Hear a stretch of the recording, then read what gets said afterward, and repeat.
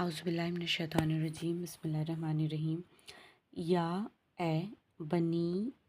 یعنی بیٹے یا اولاد، اے اولاد اسرائیل، مطلب اسرائیل قوم کی بات ہو رہی ہے، یعقوب علیہ السلام۔ اذکرو ہم ذکر سے یاد رکھ سکتے ہیں، ذا کاف را ذکر، اذکرو ذکر یعنی یاد کرو، نعمتی یہ نعمت سے یاد رکھ سکتے ہیں، میری نعمت کو، ای یعنی میری نعمت کو، التی وہ جو، انعمتو یہ الف نون عین میم انعام سے ہم یاد رکھ سکتے ہیں، میرے انعام کو، علیکم علی اوپر، کم تم پہ جو انعام کیا میں نے تم پہ، و